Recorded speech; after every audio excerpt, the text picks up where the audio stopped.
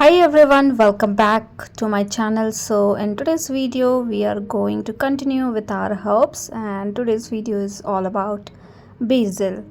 So to draw basil you can create a string. The direction of a string is totally up to you, and then for the leaf we need some extended substring like these, and you can have a little bigger leaf at the base and a smaller leaf as we are going towards upward direction.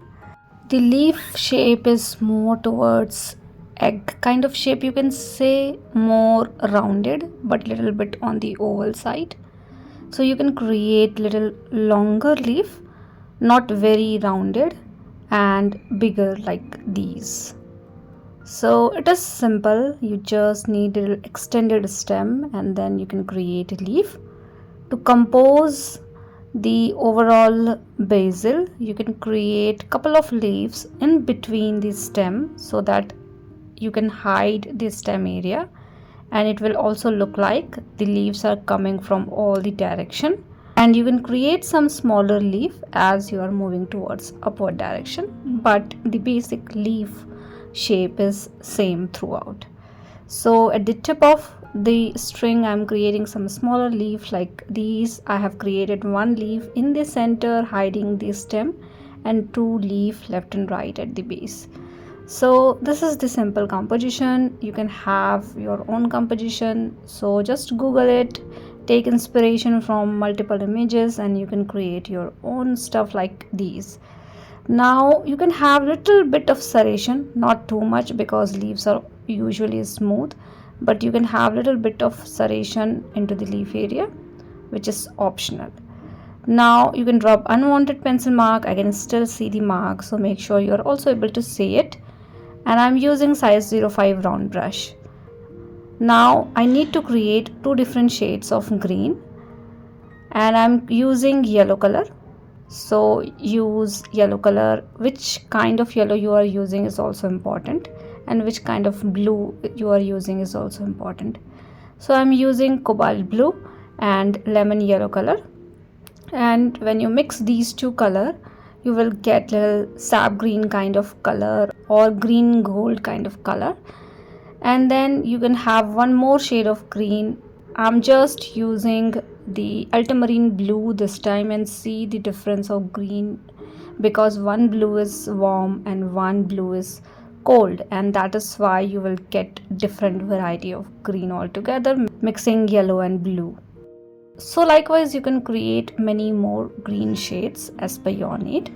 So I'm using these two shades for now, and with the help of sap green color I'm going throughout my leaf area, and we are going to mix another shade of green when the previous color is still wet. So I have applied sap green color throughout the leaf area, and my sheet is still wet. And in this particular time when your sheet is still wet you can use another color just in between the leaf, so that you can have little hint of brighter green color and little hint of sap green as well. When you do this on the wet sheet, these two color automatically mix with each other, and you have a very nice texture around your leaf area. You can do another thing is you can paint half part with one shade and half part with another shade. That is also something you can do. So do it one by one leaf at a time, because leaves are bigger in size. We need to blend these two color, so you can do it one by one so that we have enough time to blend these two color. Now you need to repeat the same thing for all the leaves that you have.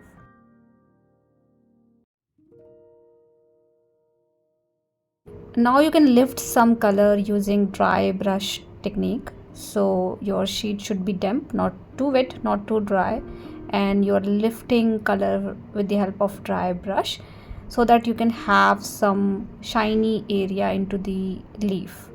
So this is something you can do for sure to get some white area or shiny area around your leaf, or else you can keep some area negative like blank as is, but that is something difficult to maintain, so that's why I like to do something like this.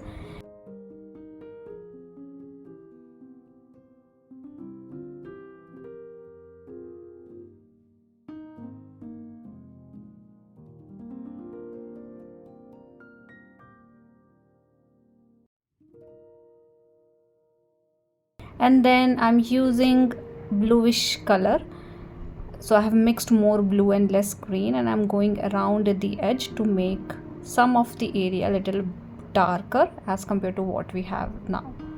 So you can use different colors of green and you can blend it like these.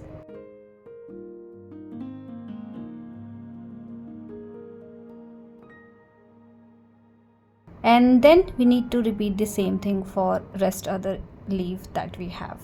So now you have understood what needs to be done. You can use 2 different shades of green, you can paint the leaf area, you can try to lift some color using dry brush technique to get some shiny effect, and then at the end you can use little bit of bluish color to have more darker texture around your leaf area. And that is what I'm doing throughout my leaf. So take all your time to do these things, and then we are going to do the next step.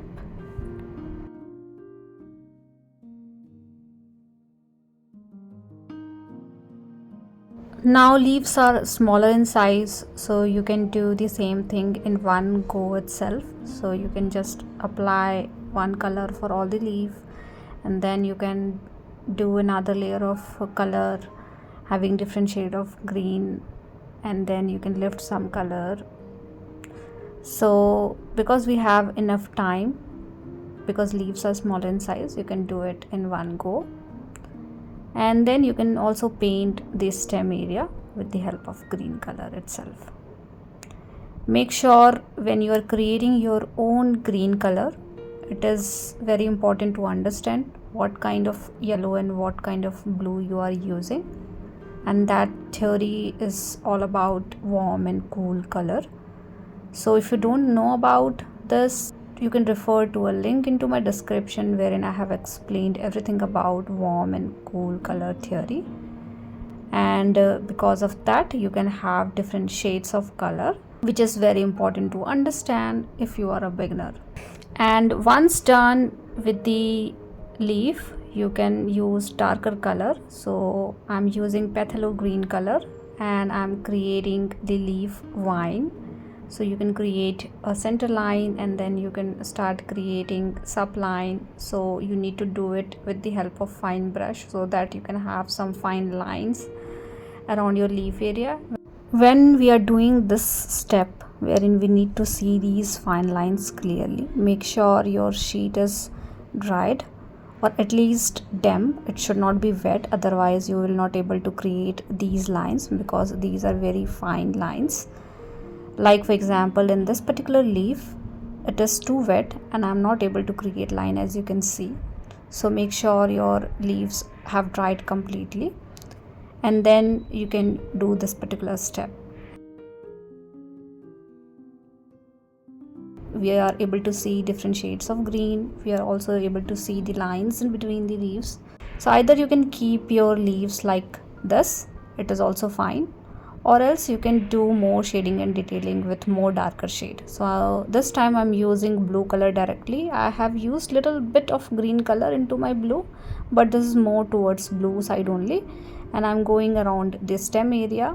We need little darker stem and then you can create more lines in between the leaf that you have.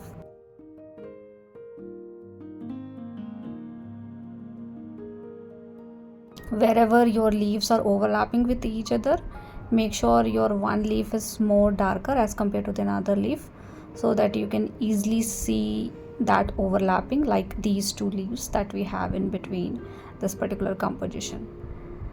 And we are almost done with today's video, and I'm just glazing the lighter shade of green for the lower leaf that we have because I think it is too light. So you can glaze color as well whenever needed. And I'm hoping this video is helpful for you guys, and please do let me know if you have any kind of feedback for me. And thank you so much for watching. See you all in the next video with one more herb in watercolor.